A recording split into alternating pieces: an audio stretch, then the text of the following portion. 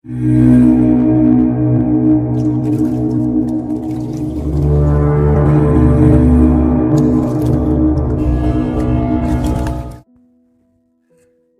datang di Cerita Bebas Channel. Selamat datang pada para pecinta cerita misteri dan cerita horor. Di video kali ini, saya akan membawakan kembali sebuah kisah misteri tentang kota gaib Saranjana, Kota Baru, Kalimantan Selatan. Cerita ini diceritakan oleh seseorang yang bernama Om Ras, yang menceritakan tentang pengalamannya saat berada di kota gaib Saranjana. Begini ceritanya.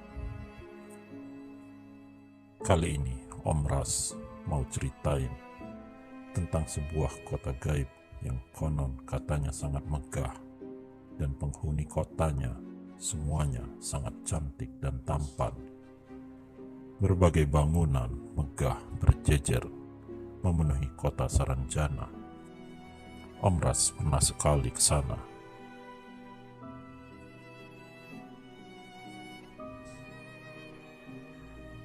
Tapi yang Om Ras lihat hanyalah sebuah pulau yang penuh dengan pohon yang besar dan tinggi.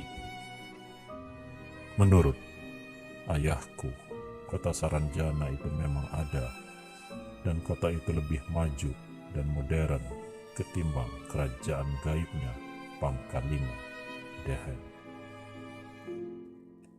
Namanya juga udah kota, pastilah penduduknya modern. Jinnya pun ikut perkembangan zaman. Inilah pengalaman pribadi Om Ras. Pernah ikut jalan-jalan sama teman-teman dulu sewaktu aku masih punya kodam macan hitam.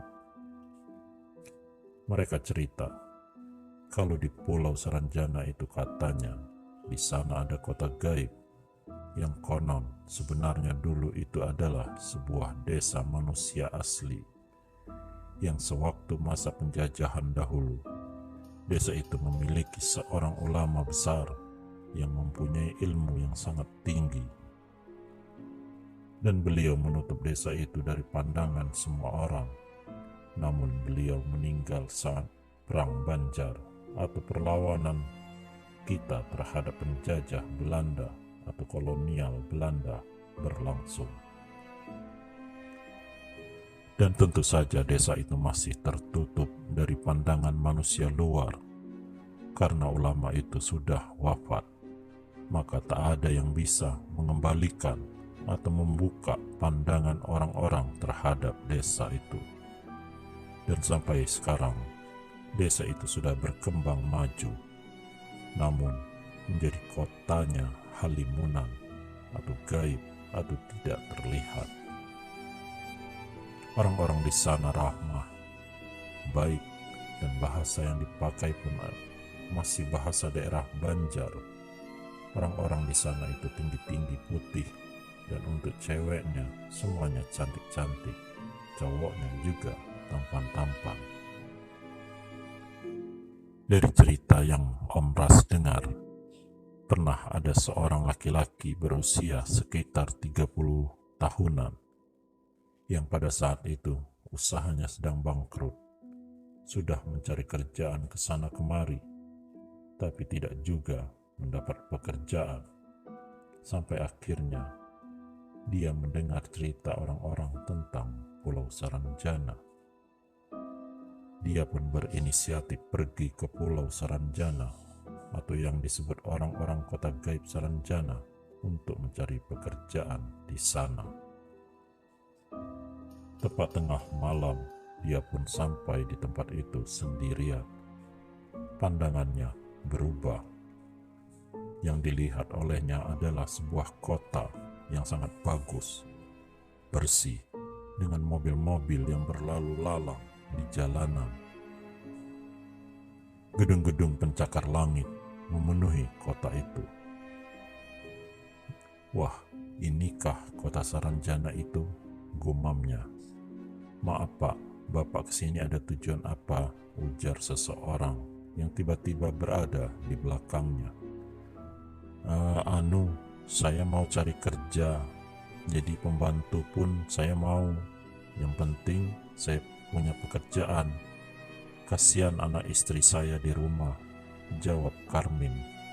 Anggaplah itu nama samaran. Orang itu manggut-manggut. Begini saja, kebetulan saya sedang mencari tukang kebun di rumah saya.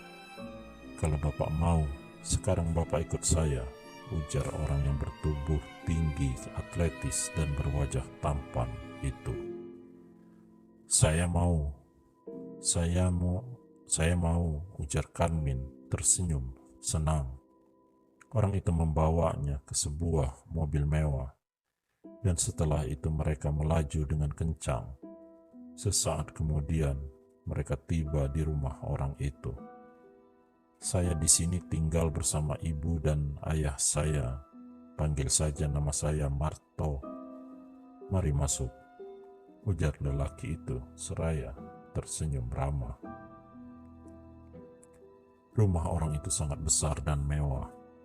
Sesampainya di dalam rumah itu, Karmin dibuat kagum dengan isi rumah mewah tersebut.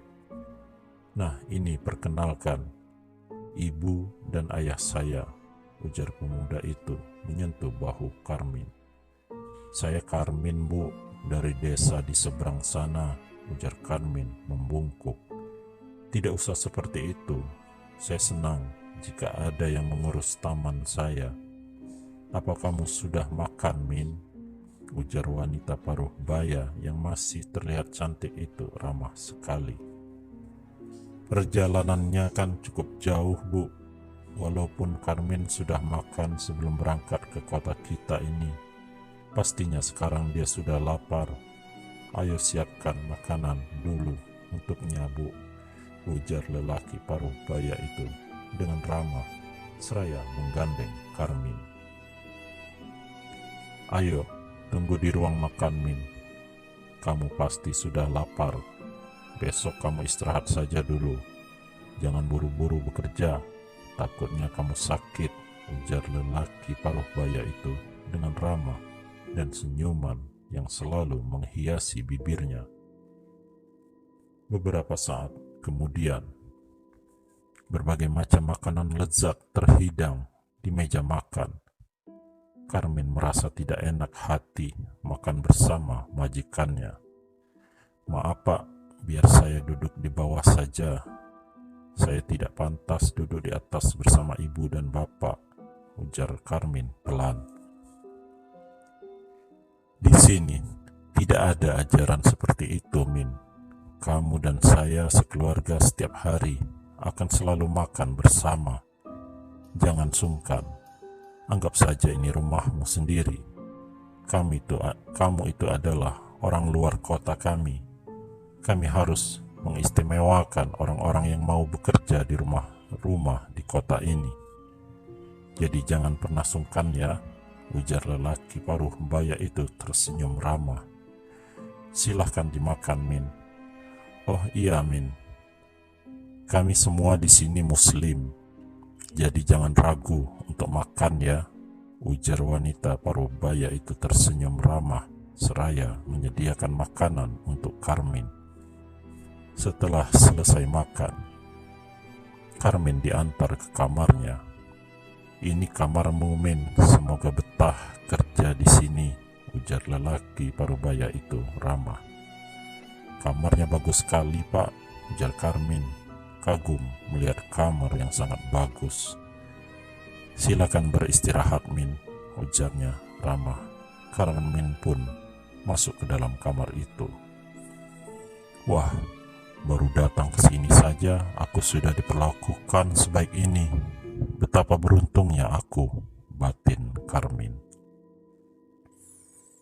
Beberapa minggu kemudian, tiba saatnya bagi Karmin untuk gajian. Pagi harinya, dia dipanggil.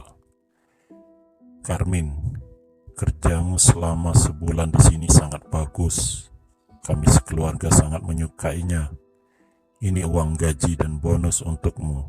ujar wanita paruh baya itu memberikan amplop coklat yang lumayan tebal. Dengan tangan gemetar, Karmin menerima amplop tersebut. Jangan-jangan daun, batin Karmin. Kau tidak usah pulang ya Min. Uang itu kau kirimkan saja untuk anak istrimu, pinta wanita paruh baya itu. Insya Allah Bu, jawab Karmin. Ya sudah, kamu hari ini tidak usah bekerja dulu. Hari ini hari libur untuk kamu. Kalau kamu mau jalan-jalan keliling kota, kamu boleh memakai motor yang ada di halaman itu, ujar wanita paruh baya itu tersenyum ramah. Baik Bu, terima kasih banyak Bu. Keluarga Ibu sudah sangat baik terhadap saya, ujar Karmin. Kamu itu sudah kami anggap keluarga sendiri Min, jawab wanita paruh baya itu lembut. Terima kasih Bu, saya permisi dulu Bu, ujar Karmin membungkuk. Sesampainya Karmin di dalam kamarnya, dia segera membuka amplop itu. Dan betapa terkejutnya Karmin saat melihat uang itu. Dia segera menghitungnya. Astaga, 20 juta, gumam Karmin gemetar. Lalu dia bermaksud mengembalikan uang itu, karena menurutnya uang itu sangat banyak. Maaf Bu, uang ini terlalu banyak untuk gaji seorang pembantu seperti saya, ucap Karmin pelan. Karmin, sini duduk dulu, panggil lelaki paruh baya yang sedang duduk bersama istrinya itu. Karmin menurut saja duduk di sebelah lelaki paruh baya itu. Kerjaanmu sangat bagus dan memuaskan. Kamu juga baik dan jujur. Kami sangat menyukaimu. Jadi uang itu memang gaji kamu bulan ini, ujar lelaki paruh baya itu seraya menepuk pelan pundak Karmin. Alhamdulillah kalau begitu Pak Bu. Terima kasih banyak atas kebaikan Bapak dan Ibu kepada saya, ucap Karmin. Iya, kalau kamu mau pulang, saya kasih izin seminggu saja ya. Sekalian kamu buat rekening, biar mempermudah kamu untuk mengirim uang. Jadinya kamu tidak usah bolak-balik lagi, ujar lelaki paruh baya itu tersenyum ramah. Dan istrinya segera menyenggol tangan suaminya itu. Karmin tidak ingin pulang kan Min? Kamu betah di sini kan Min? Tanya wanita paruh baya itu. Kalau memang saya diperbolehkan untuk pulang sekalian membuka rekening, saya akan pulang sebentar Bu. Setelah urusan saya selesai, saya akan kembali lagi ke sini, ujar Karmin. Tapi kalau tidak ada Karmin, siapa yang mengurus taman kita, ujar wanita paruh baya itu. Biarlah Karmin pulang, kita kan tahu dia itu jujur. Dia pasti akan kembali ke sini lagi, ujar lelaki paruh baya itu lembut. Betul kan Min? Ujar lelaki paruh baya itu. Iya Pak Bu, jawab Karmin. Singkat cerita, Karmin pun pulang. Setelah sampai di rumahnya, Karmin langsung memeluk istri dan anak-anaknya dengan wajah ceria. Bapak sudah merindukan kalian. Sudah sebulan ini aku tidak bertemu kalian, ujar Karmin. Sebulan? Tanya istrinya bingung. Kan kamu itu baru tadi malam pergi. Kamu tidak sakit kan? Ujar istrinya khawatir. Karmin terdiam sesaat. Lalu kemudian dia menceritakan semuanya kepada istrinya dan menyerahkan uang gajinya itu. Ya Allah Pak, pulau itu kan angker. Untuk apa kau ke sana? Pokoknya aku tidak mengizinkan kamu kembali lagi ke sana, apapun alasannya, ujar istrinya marah. Tapi majikanku itu orang baik Bu, ujar Karmin. Aku tidak peduli. Aku takut jika suatu saat nanti, saat kamu kembali ke sana, kamu akan dimakan oleh penghuni pulau angker itu Pak, bentak istri Karmin. Karmin terdiam dan mulai memikirkan ucapan istrinya itu. Perkataan istrinya itu ada benarnya juga. Bagaimanapun kan mereka itu bukan manusia. Dan Karmin pun ingat betapa wanita parubaya majikannya itu memintanya supaya jangan pulang ke rumah untuk menemui anak dan istrinya. Baiklah Bu, aku tidak akan kembali ke sana. Lalu kita apakan uang ini Bu? Ujar Karmin.